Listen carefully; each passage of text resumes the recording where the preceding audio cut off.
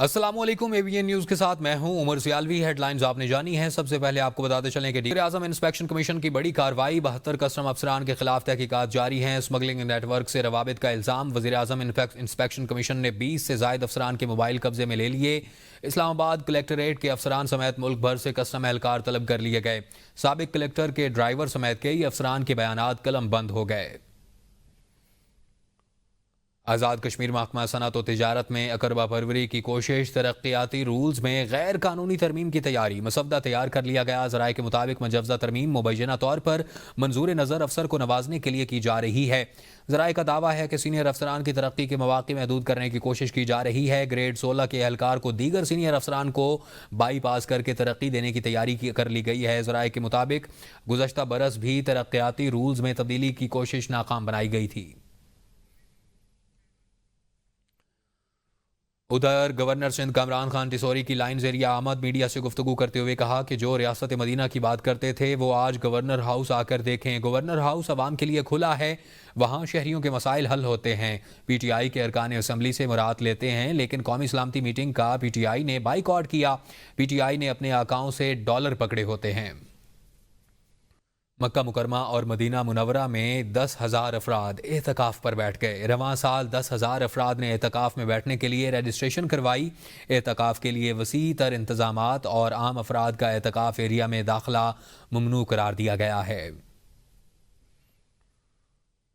بھارت کا انکار، بنگلہ دیشی شہریوں نے طبی ویزوں کے لیے چین کا رخ کر لیا۔ 14 چینی کمپنیوں نے عبوری حکومت کے دور میں بنگلہ دیش کے اندر $230 ملین سے زائد کی سرمایہ کاری کر دی۔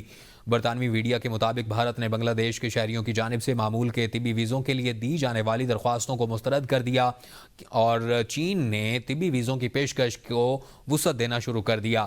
اعداد و شمار کے تحت اگست کے بعد سے بھارت نے یومیہ 1,000 سے بھی کم میڈیکل ویزے جاری کیے، جبکہ اس کے قبل یومیہ 5 سے 7,000 تک جاری کیے جاتے تھے۔ شیخ حسینہ واجد حکومت کے خاتمے کے بعد دونوں ممالک کے درمیان تعلقات سرد مہری کا شکار ہیں۔ چینی سفیر یاؤ وین نے کہا ہے کہ رواں ماہ بنگلہ دیشی شہریوں کے ایک گروپ نے علاج کی سہولت کا جائزہ لینے کے لیے چین کا دورہ کیا ہے۔ یورپی ملک فن لینڈ مسلسل 8ویں سال بھی دنیا کا سب سے خوش ترین ملک قرار۔ خوشی کے عالمی دن پر اقوام متحدہ کے تعاون سے دنیا کے خوش ترین ممالک کی فہرست جاری کر دی گئی۔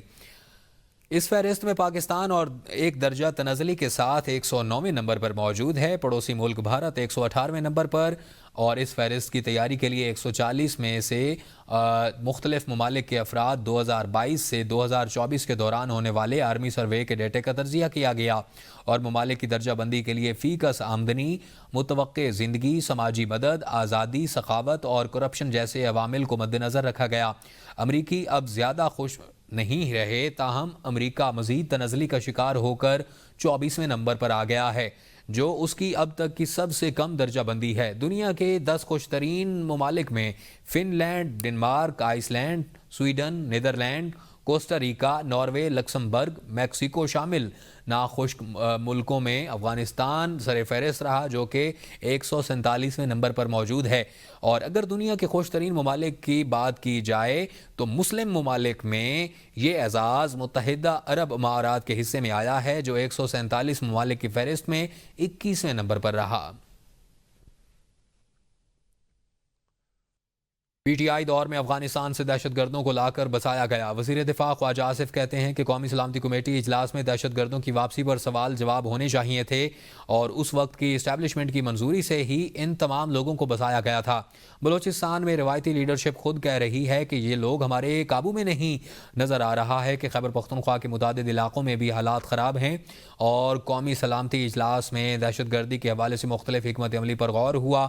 جنرل ضیاء نے افغانستان میں مداخلت کی، وہ جہاد نہیں تھا، ہم ان کے ساتھ تھے۔ اسمبلی کے فلور پر اس رفاقت کی معافی مانگی۔ 9/11 کے بعد مشرف کو سپورٹ کی ضرورت تھی۔ 9/11 پر سوالات امریکہ میں پوچھے جا رہے ہیں۔ Chairman P T I barrister Gohar نے کہا ہے کہ سلامتی کمیٹی اجلاس کے اعلامیے میں ایسی کوئی بات نہیں، افغانستان میں کوئی کارروائی ہوگی، سب ریکارڈ کے خلاف بات کر رہے ہیں، تنقید کرنے کا بھی ایک دائرہ ہے، میں وزیر دفاع کے بیان کو سنجیدہ نہیں لیتا۔ اے بی این سے گفتگو کرتے ہوئے انہوں نے کہا کہ بلوچستان میں سب سے زیادہ دہشت گردی کے واقعات ہوئے، بی ایل اے کون لے کر آیا؟ وزیر اعلیٰ نے خود کہا ہے کہ ہر حکومت بی ایل اے کو سیٹل کرتی رہی۔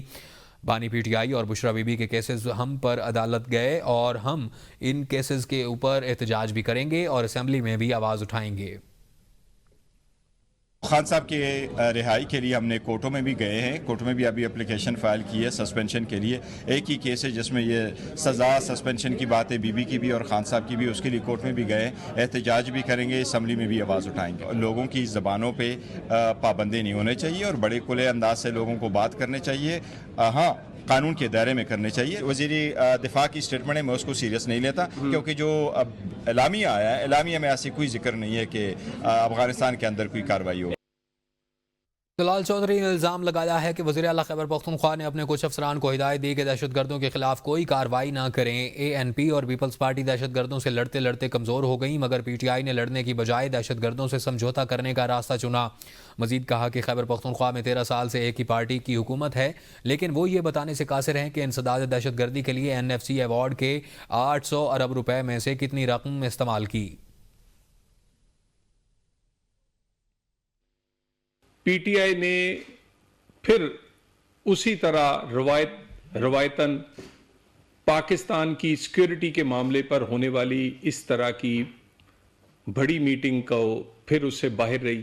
کسی نئے آپریشن کا آغاز کرنے کی بات ہی نہیں ہوئی۔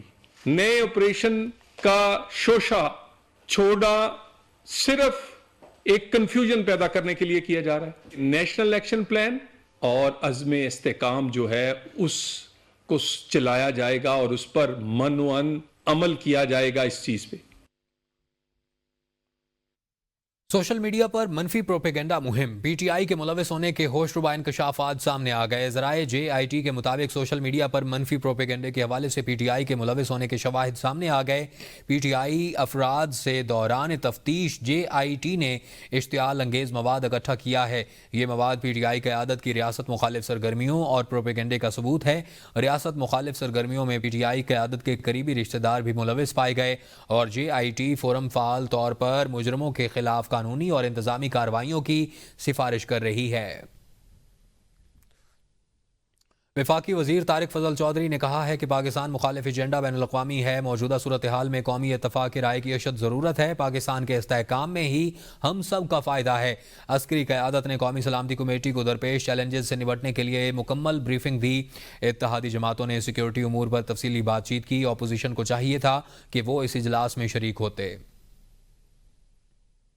ملک کے خلاف جو طاقتیں کام کر رہی ہیں ہمارے ملک کو ڈی سٹیبلائز کرنے کے لیے، ملک میں ہمارا جو استحکام ہے، ترقی ہے، اس کے مخالف جو لوگ ہیں ہمارے پڑوس میں بھی ہیں اور ہم سے تھوڑا دور بھی ہیں، وہ ہر حوالے سے یہ کوشاں ہیں کہ ملک کے اندر جو ہے وہ دیرپا استحکام جو ہے وہ نہ لایا جا سکے۔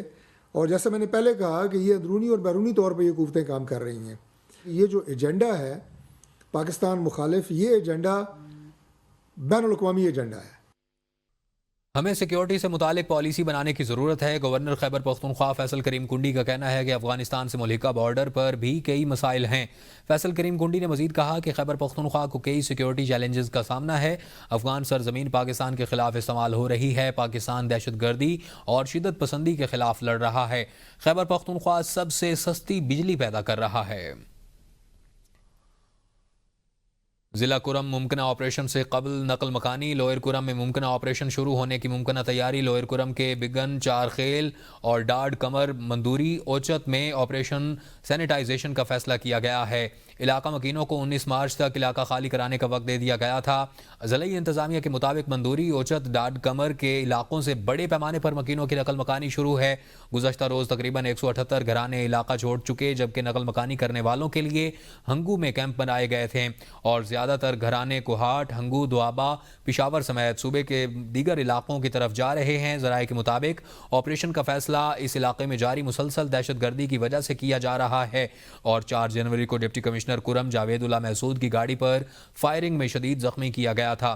16 جنوری اور 17 فروری کو پارا چنار جانے والے گاڑیوں کے کانوائے پر حملے کیے گئے تھے۔ پارا چنار کی مالبردار گاڑیوں کو لوٹا گیا اور آگ لگائی گئی۔ گزشتہ 3 ماہ میں فورسز کے جوانوں سمیت گاڑیوں کے ڈرائیوروں کو قتل کیا گیا۔ مشیر اطلاعات خیبر پختونخوا بیرسٹر سیف نے کہا ہے کہ شریف خاندان کا فرزند حسن نواز لندن میں بھی ٹیکس ڈیفالٹر قرار پایا۔ شریف خاندان اب بین الاقوامی سطح پر بھی ٹیکس چور ثابت ہو رہا ہے۔ لوگ بیرون ملک جا کر اپنے ملک کے لیے نیک نامی کماتے ہیں مگر یہ ملک کا نام بدنام کر رہے ہیں۔ بانی پی ٹی آئی نے بین الاقوامی سطح پر ملک کا نام روشن کیا جبکہ شریف خاندان بدنامی کا سبب بن رہا ہے۔ برطانیہ کے سخت قوانین کے باوجود بھی یہ ٹیکس چوری سے باز نہیں آئے۔ آدھا خاندان لندن میں اور آدھا پاکستان میں ٹیکس چوری میں مصروف ہے۔ ٹیکس چوری کی وجہ سے پاکستان میں ان کا کاروبار بڑھتا جا رہا ہے جبکہ دیگر سرمایہ کار دیوالیہ ہو رہے ہیں۔ بیرسٹر سیف نے کہا کہ شریف خاندان ماضی میں بھی منی لانڈرنگ میں ملوث رہا، اسی لیے یہ اس کے ماہر ہیں۔ نیوز اسٹوڈیو سے فی الوقت کے لیے اتنا ہی۔ مزید باخبر رہنے کے لیے دیکھتے رہیے ABN قوم کی سوچ۔